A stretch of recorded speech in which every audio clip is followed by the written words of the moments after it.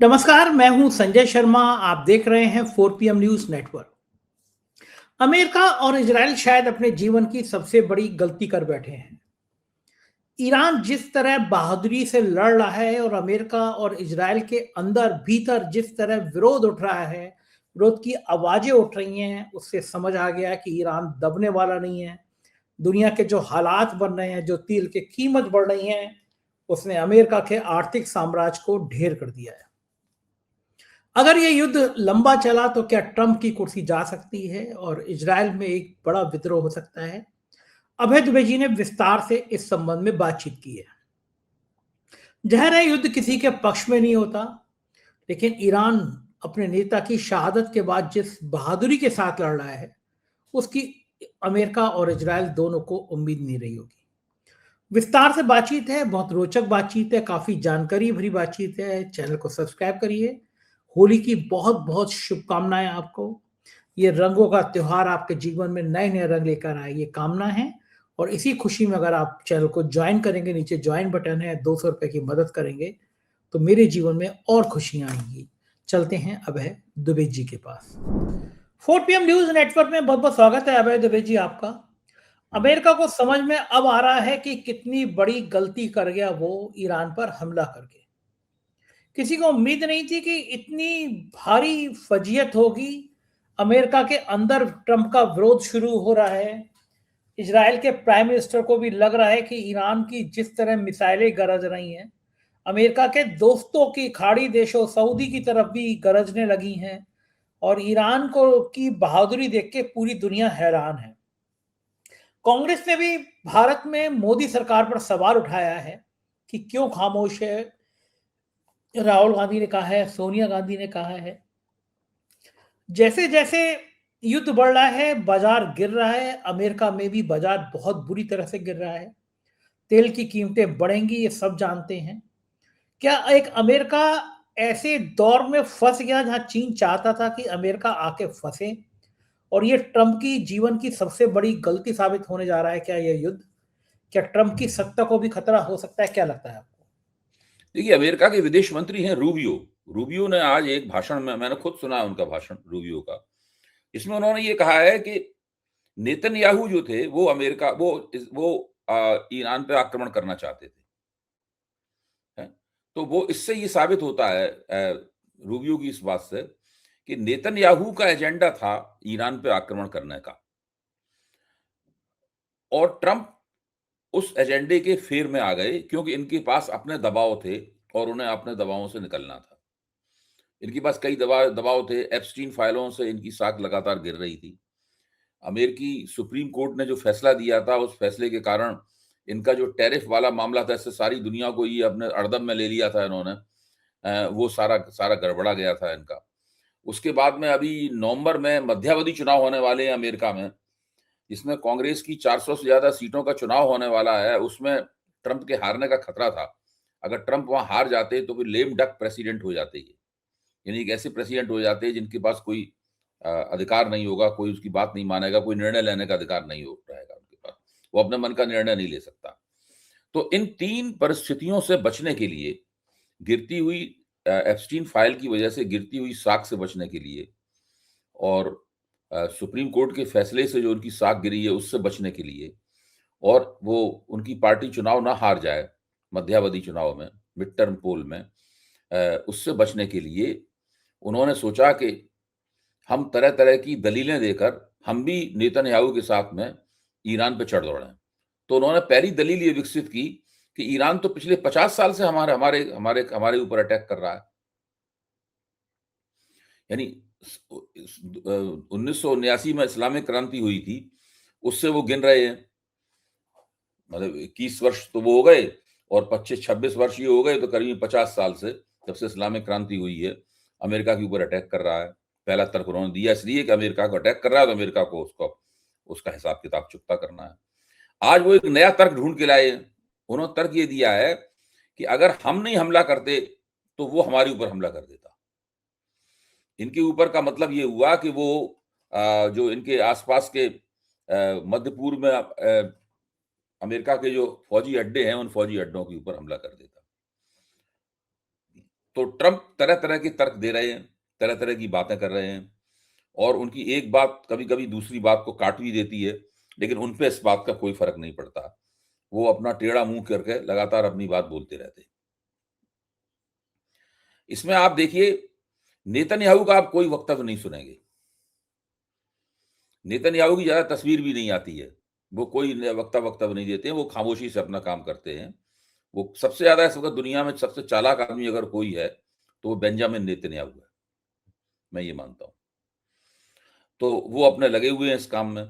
Iran की रणनीति ये मुझे दिखाई पड़ रही है संजय जी, कि वो जानबूझकर अरब देशों में जो अमेरिकी फौजी अड्डे हैं उनके ऊपर हमला कर रहा है ईरान। उसका कारण यह है कि जब उनके ऊपर फौजी अड्डों के ऊपर हमला करता है ईरान, तो उनको उनके अंदर बड़ी असुरक्षा पैदा होती है। तो वो लोग अमेरिका से ये कहने लगे हैं कि भाई आपने तो हमने तो आपको अपना फौजी अड्डा बनाने की इजाजत ये दी, इसलिए दी थी ताकि आपने हमें हमारी सुरक्षा का आश्वासन दिया था। हमारी सुरक्षा तो कोई हो नहीं रही है, हमारे ऊपर तो मिसाइलें गिर रही हैं ईरान की।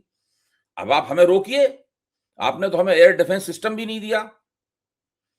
आपको हमें एयर भाई अच्छा, ईरान का जो ईरान का जो हमलावर तंत्र है वो अमेरिकी बचाव तंत्र के मुकाबले काफी सस्ते किस्म का है। जैसे कि ईरान जब किसी ड्रोन से हमला करता है तो एक ड्रोन 18 लाख रुपए में बन जाता है। चीनी टेक्नोलॉजी से एक ड्रोन 18 लाख रुपए में बन जाता है। जिस मिसाइल से अमेरिका उस ड्रोन को मार के गिराता है वो 700 करोड़ रुपए में बनती है। तो अमेरिका का खर्चा बहुत है युद्ध में। ईरान का खर्चा, ईरान बड़े किफायती स्टाइल में युद्ध लड़ रहा है। नहीं, मैं केवल एक नमूने के तौर पर बताया कि ये सब जो हो रहा है इससे अमेरिका का जो संसाधन है, वो संसाधन तो खर्च हो ही रहे हैं। कोई फायदा तो नहीं हो रहा है अमेरिका को कहीं भी। तो ये अच्छा, दूसरे जब अमेरिका खुद युद्ध लड़ता है तो उसकी मिलिट्री, उसके जो हथियार बनाने वाले कारखाने हैं उसको भी लाभ नहीं होता। जब किन्हीं दो देशों को आपस में लड़ा देता है तब लाभ होता है उसको। जब अमेरिका कहीं दो देशों को आपस में लड़ा देता है, तीन देशों को आपस में लड़ा देता है, तो वो अमेरिका से हथियार खरीदते हैं। तब दुनिया में हथियार बनाने वाले जो मैन्युफैक्चरर हैं उनको फायदा होता है। तो अमेरिका खुद ही लड़ रहा है उसके अंदर। तो ये एक बड़ी जटिल किस्म की परिस्थिति बन गई है। और इस जटिल परिस्थिति में जाहिर है तगड़े और मजबूत तो अमेरिका और इजरायल ही हैं, इसमें कोई शक की बात नहीं है। कोई मुकाबला नहीं है उनका मजबूती और ताकत में। ये मानना अपने आप को गलतफहमी में रखना होगा कि अमेरिका कमजोर पड़ गया है, ऐसा कुछ नहीं है। अमेरिका इसी रफ्तार से साल 6 महीने और लगातार लड़ते रह सकता है। अच्छा, कहा यह जाता है कि जो ईरान की मिसाइलों का भंडार है उसका अभी ईरान ने केवल 1% ही खर्च किया है। 1% केवल। तो अभी ईरान भी बहुत दिनों तक लड़ते रह सकता है। लेकिन अमेरिका और इजराइल की नीति यह है कि ईरान के जब भी ईरान का नया नेतृत्व, वो नए नेतृत्व पे हमला कर देंगे। ऐसे उन्होंने नए रक्षा मंत्री नियुक्त किए थे, उनको भी मार दिया है। जो पुराने रक्षा मंत्री मारे गए उनकी नया रक्षा मंत्री नियुक्त हुआ था, वो नया रक्षा मंत्री उन्होंने आज उड़ा दिया। अच्छा, और ट्रंप ने कहा भी है कि एक हम जो नई लीडरशिप है उस नई लीडरशिप को हम लगातार अटैक करेंगे। और ट्रंप ने कहा है कि हम अगले 8-10 दिन में हर तरह का नेतृत्व खत्म कर देंगे ईरान का, हर तरह का नेतृत्व खत्म कर देंगे। जो भी उनका नेतृत्व चुना जाएगा हम उसको उड़ा देंगे। अच्छा, उसने कहा है कि इसकी वजह यह है कि ईरान के पास एयर डिफेंस सिस्टम नहीं है। ऐसा एयर डिफेंस सिस्टम नहीं है जो कि अमेरिकी मिसाइलों को रास्ते में ही इंटरसेप्ट कर ले और उनको गिरा दे। देखिए, मोटी-मोटी, मैं कोई रक्षा विशेषज्ञ नहीं हूं, तो मोटी-मोटी बातें हैं वो मैं रख रहा हूं आपके सामने। तो इस युद्ध में ये मानना, मैं मानता हूं कि ईरान का पक्ष सच्चा पक्ष है। ईरान केवल तभी जीत सकता है इस युद्ध को जबकि रूस और चीन खुलकर उसके साथ आ जाएं। इस तरह के वो संकेत दे रहे हैं रूस और चीन, कि रूस और चीन अगर खुलकर सामने आ गए और ये कहने लगे कि हम ईरान को सपोर्ट करेंगे इस मामले में, तब फिर अमेरिका और इजराइल को जो है सोचना पड़ेगा कि क्या किया जाए। अभी तक रूस और चीन ने ईरान का समर्थन तो किया है। रूस, चीन और तुर्की, अगर ये तीनों देश खुलकर तुर्की के पास भी डिफेंस इंडस्ट्री बहुत बड़ी है, वो भी ड्रोन बहुत बड़े पैमाने पर बनाता है तुर्की। अभी ऑपरेशन सिंदूर में पाकिस्तान ने जिन ड्रोन्स का इस्तेमाल करके भारत को तंग किया था, वो तुर्की के बने हुए ड्रोन्स थे। तुर्की अब इसका मौजूदा नाम तुर्कीये है, तुर्कीये के बने हुए ड्रोन्स थे। तो ये स्थिति बनी हुई है और ये युद्ध लगातार जारी है। टीवी के ऊपर जो दिखाया जा रहा है उसमें आधे से ज्यादा बकवास है। वो केवल एक ही तथ्य को सुबह से शाम तक बार-बार बताते रहते हैं। कुछ रिटायर्ड फौजी अफसर बैठा देते हैं। उनमें से कुछ लोग अच्छा विश्लेषण भी करते हैं, ऐसी बात नहीं। मैं 1-2 लोगों को बड़ा सम्मान के साथ मुझे उनका विश्लेषण अच्छा लगता है, मैं सुनता भी हूँ उनका विश्लेषण। लेकिन सब लोग दूसरे दर्जे के, तीसरे दर्जे के जो सूचनाएँ हैं, उन सूचनाओं के आधार पर अपना एनालिसिस करते हैं। किसी के पास फर्स्ट हैंड इन्फॉर्मेशन, ताज़ा इन्फॉर्मेशन किसी के पास नहीं है। अच्छा, ईरान से खबरें कम आती हैं निकल कर, क्योंकि ईरान में इंडिपेंडेंट मीडिया नहीं है, स्वतंत्र मीडिया नहीं है, तो वो अपने स्तर पर तो कोई खबर देता नहीं है। तो ये एक तरह का खबरों के आने के मामले में भी एक असंतुलन है। ज़्यादा खबरें जो निकल कर आ रही हैं, वो कि अमेरिका से निकल के आ रही हैं, इज़राइल से निकल के आ रही हैं। ईरान से निकल के खबरें नहीं आ रही हैं। जो अमेरिका और इज़राइल से निकल के आती हैं, वो खबरें दरअसल उन्हीं के पक्ष में झुकी रहती हैं। और जो भारत का गोदी मीडिया है, उसका रुझान भी अमेरिका परस्ती का रुझान है, क्योंकि मोदी जी अमेरिका परस्त हो गए हैं। क्योंकि मोदी जी अमेरिका परस्त हैं, तो जो मोदी जी इस मीडिया के आका हैं, तो ये लोग भी पूरी तरीके से अमेरिका परस्त हो गए हैं। तो ये स्थिति बनी हुई है और हम लोग बैठे हुए इस स्थिति को देख रहे हैं, अफ़सोस कर रहे हैं। अच्छा, लगातार तेल की कीमतें बढ़ रही हैं। महँगाई का बॉम्ब भारत के ऊपर फटने वाला है। तकरीबन 2-3 दिन के अंदर ही, ज़्यादा समय नहीं, 2-3 दिन के अंदर ही हम सभी को इस बढ़ती हुई महँगाई का जो दंश है, वो झेलना पड़ेगा। क्योंकि जैसे ही तेल की कीमतें, अगर एक बैरल का दाम $1 बढ़ता है, तो तुरंत भारत में तेल की कीमत बढ़ जाती है। तो ये स्थिति है। ये मोदी के समर्थकों ने ये उड़ाना शुरू कर दिया है कि देखिए भारत में कितनी शांति है, भारत के लोग कितने मजे से होली मना रहे हैं, मोदी जी के नेतृत्व की ये खूबी है, यहाँ पे कुछ हो ही नहीं रहा है, सब लोग आराम से हैं, जबकि सारी दुनिया युद्ध में उलझी हुई है, लेकिन भारत में मतलब जो है वो शांति की बयार चल रही है और सब लोग खुशी-खुशी नगाड़े बजा रहे हैं, होली रंग खेल रहे हैं, होली जलाई जा रही है, हम लोग कितने बढ़िया हैं। इस प्रकार का बेहुदा और मूर्खतापूर्ण प्रचार जो है, ये मोदी जी के समर्थक कर रहे हैं, बिना ये सोचे हुए कि इस प्रकार की अगर ये बातें करेंगे और जब देश की जनता को बड़े पैमाने पर महँगाई झेलनी पड़ेगी, तो उनका गुस्सा किनके खिलाफ जाएगा? उनका गुस्सा इन्हीं लोगों के खिलाफ जाएगा। बिल्कुल ठीक बात है, ये माहौल बनेगा, लेकिन एक बात बड़ी और भी समझ में नहीं आ रही। क्या हुँ। शिया और सुन्नी विवाद इतना बड़ा है कि सऊदी और बाकी देश अमेरिका और इज़राइल के समर्थन में खड़े हैं? क्योंकि जहाँ मुस्लिमहुड की बात आती है, कहीं न कहीं दुनिया भर के मुस्लिमों को एक संदेश तो होना चाहिए कि धीरे-धीरे मुस्लिमों को बदनाम किया जा रहा है, उनके ऊपर आतंकवादी ठप्पा लगाया जा रहा है। ऐसे में चाहे शिया हो, चाहे सुन्नी हो, अगर वो एकजुट नहीं होंगे, तो दुनिया भर में उनके खिलाफ जो दुष्प्रचार किया जा रहा है, उसको और बल मिलेगा। एक-एक करके उनको निपटाया जाएगा। पहले इराक निपटाया, एक-एक लंबी सिलसिला है, अफ़गानिस्तान निपटाया। और अगर सऊदी देश ये सोच रहे हैं कि अमेरिका और इज़राइल उसका साथ देंगे, तो मुझे लगता है इसकी बड़ी भारी गलतफ़हमी में है, क्योंकि नंबर सबका आना है। एक अकेला अकेला ईरान नहीं है, नंबर सबका आना है। तो आपको लगता है कि ऐसे मौके पे कम से कम मुस्लिमहुड वाली फीलिंग आनी चाहिए कि अगर जब जंग हो रही है और एक धर्म के नाम पर उनको निशाने पे लिया जा रहा है, तो बाकी देश भी फिर धर्म के नाम पर एकजुट होना चाहिए, उनको साथ देना चाहिए, बजाय अमेरिका और इज़राइल जैसे देश को जो उनके धर्म को बदनाम करते हैं? देखिए, मुझे लगता है कि धर्म के नाम पर एकता दुनिया में कहीं है नहीं। अगर धर्म के नाम पे एकता होती, तो बांग्लादेश पूर्वी पाकिस्तान, पश्चिमी पाकिस्तान से अलग नहीं होता। केवल इसलिए कि आप पंजाबी बोलते हैं और हम पंजाबी और उर्दू बोलते हैं, हम बंगला बोलते हैं, इस बात के ऊपर वहाँ पे विवाद नहीं होती। पश्चिमी पाकिस्तान जो है जनरल टिक्का खां के नेतृत्व में नरसंहारी फ़ौज वहाँ नहीं भेजता और बंगाल एक नया देश नहीं बनता। अगर धर्म के नाम पे एकता होती, तो आज नेपाल और हिंदुस्तान, भारतवर्ष में मतभेद नहीं होते। नेपाल तो भारत से भी ज़्यादा हिंदू है। हुँ। जितना भारत हिंदू नहीं है उससे ज्यादा नेपाल हिंदू है। तो धर्म के नाम पे एकता नहीं होती। पूरा यूरोप, पूरा लैटिन अमेरिका और अफ्रीका के ज्यादातर देश सारे के सारे ईसाई हैं। सब में बड़े पैमाने पर झगड़े, लड़ाइयां वगैरह सब चलती रहती हैं। अच्छा, अब आप ये देखिए, जो शिया और सुन्नी वाला विवाद है, आपने ठीक कहा, लेकिन ये इस्लाम का अंदरूनी विवाद है। मुझे नहीं लगता कि ईरान के ऊपर इसलिए हमला हो रहा है क्योंकि वो शिया है। मुझे ये बात मुझे नहीं लगती।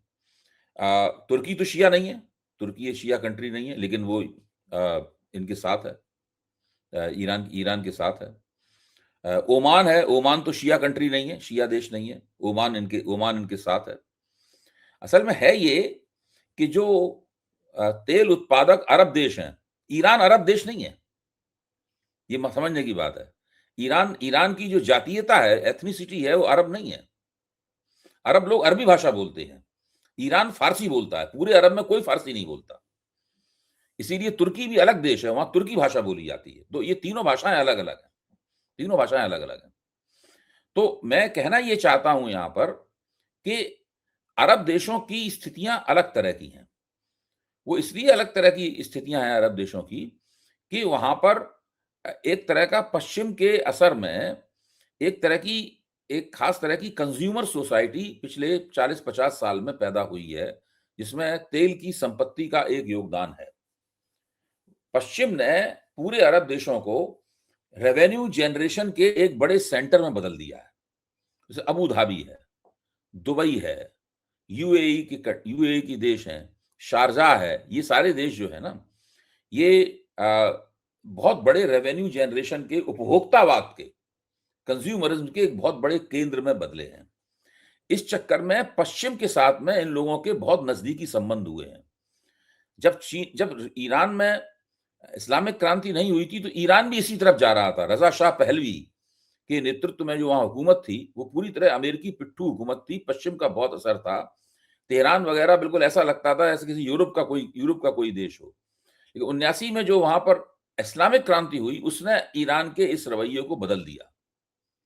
आज अगर रजा शाह पहलवी की लीडरशिप होती ईरान के अंदर तो अभी पूरी तरीके से ईरान ऐसा ही होता, ऐसा दुबई हो गया है या ये इसी तरह का देश हो गया होता ईरान। तो वो लेकिन नहीं हुआ। इतिहास की शक्तियों ने ईरान को वैसा नहीं बनने दिया। वहां पर इस्लामिक क्रांति हुई और आधुनिकता के जमाने में 20वीं सदी में एक पहला ऐसा देश हुआ जिसके बारे में कहा गया कि उसने इस्लामिक रेवोल्यूशन की। तो ये मसला है। इस्लामिक रेवोल्यूशन होने से वो पश्चिमी प्रभावों के खिलाफ जंग का एक मोर्चा बन गया, एक बड़ा मुकाम बन गया ईरान, जहां से पश्चिम के बौद्धिक और राजनीतिक प्रभावों को टक्कर दी जाती थी। और उसने अमेरिका के खिलाफ जंग का ऐलान किया लगातार, इजराइल के खिलाफ उसने जंग का ऐलान किया। तो 1979 में इस्लामिक क्रांति के बाद से ही ईरान लगातार अमेरिका और इजराइल की जो धुरी है उस धुरी के खिलाफ संघर्ष करता रहा है। और जो अरब देश हैं वो पश्चिम के प्रभाव में कंज्यूमरिज्म के अड्डे बन चुके हैं। और वो पूरी तरह, अब जो दुबई के अंदर बड़े बड़े जो मॉल हैं, शारजाह के अंदर जो जबरदस्त जगमगाता हुआ बाजार है, अबू धाबी की जो एक खूबसूरत दुनिया है, ये खूबसूरत दुनिया क्या है? ऐसा लगता है कि एक पश्चिम के टुकड़े को काट के वहां बैठा दिया गया। और उसमें फर्क क्या है? पेरिस में बने हुए मॉल्स में और दुबई के बने हुए मॉल में क्या फर्क है? सब एक ही चीजें हैं बिल्कुल एकदम। तो मेरे कहने का मतलब ये है कि इसको शिया और सुन्नी के समीकरण में भी देखा जा सकता है, उसका कुछ कुछ असर जरूर होगा, लेकिन मैं इसको मुख्य कारण के तौर पर नहीं देखता। और इस्लामिक एकता जो है ना, केवल इसलिए दो देश एकजुट नहीं हो सकते क्योंकि वो मुसलमान देश हैं।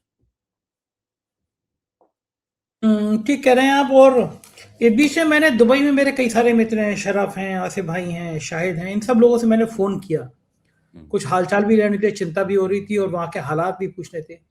इन सबका कहना था कि दुबई बिल्कुल सामान्य है।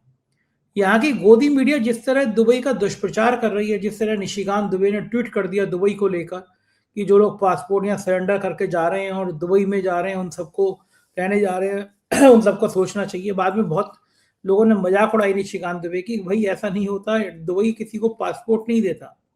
लेकिन जिस तरह दुबई की मजाक उड़ाई, फिर मोदी जी को खुद ट्वीट करना पड़ा, दुबई के शासक से बात करनी पड़ी। वहाँ पे मेरे मित्र कह रहे हैं कि दुबई में बिल्कुल सामान्य है, कोई फ़र्क पड़ नहीं रहा दुबई में, और लेकिन यहाँ की गोदी मीडिया अभी फ़र्क नहीं पड़ रहा है संजय जी, लेकिन एयर स्पेस बंद है ना। एयरपोर्ट भी देखिए खुल वहाँ गया शायद आज, मतलब खुल नहीं, गया है शायद, कल से नहीं, फ्लाइट नहीं, शुरू हो रही है। नहीं, मुझे लगता है बहुत मुश्किल है, क्योंकि हवा में ड्रोन्स हैं, कभी भी कोई मिसाइल गिर सकती है, जो कोई अगर फ्लाइट वगैरह होगी तो बहुत अपने रिस्क पे करना पड़ेगा। मुझे देखिए, दुबई में अगर एयर स्पेस खुलता है तो केवल दुबई में नहीं खुलेगा एयर स्पेस, पूरे मिडिल ईस्ट में एयर स्पेस खुलेगा। और ईरान लगातार इस बात को सुनिश्चित करेगा कि वहां का एयर स्पेस न खुले। वहां का एयर स्पेस बंद होना दरअसल ईरान के लिए फायदेमंद है। भाई एयर स्पेस बंद करने के लिए उसे 2 मिसाइलें ही दागनी है, डर के मारे एयर स्पेस बंद कर देंगे वो लोग। आप सोचिए, अगर उसकी एक मिसाइल आए तो दुबई के हवाई अड्डे पे गिर पड़े, खेल खत्म, पैसा हजम। भले उससे कोई मामूली नुकसान हो। हाँ, कुछ फोटो आए भी रहे हैं कि हवाई अड्डे पे कोई मिसाइल गिरी, इस तरह फोटो पता नहीं सही है गलत है, लेकिन ये आप देखिए, अगर मान लो किसी एयर स्ट्रिप के पास एक मिसाइल गिर जाए, एयर स्ट्रिप का छोटा सा कोना टूट जाए, वो कोने को बाद में रिपेयर कर लेंगे, लेकिन उसके बाद में वो एयर स्पेस बंद हो जाएगा। हाँ, वो एयर स्पेस बंद हो जाएगा।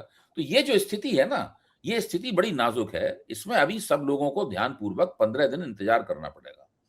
अगर 15 दिन, यही 15 दिन कम से कम 15 दिन, आप 20 मार्च तक मान के चलिए कि 20 मार्च तक ये चीज इसी तरह के चल सकती है। अगर 20 मार्च के बाद भी जारी रही तो तभी जारी होगी जबकि दूसरी और ताकतें इसके अंदर कूद पड़ेंगी।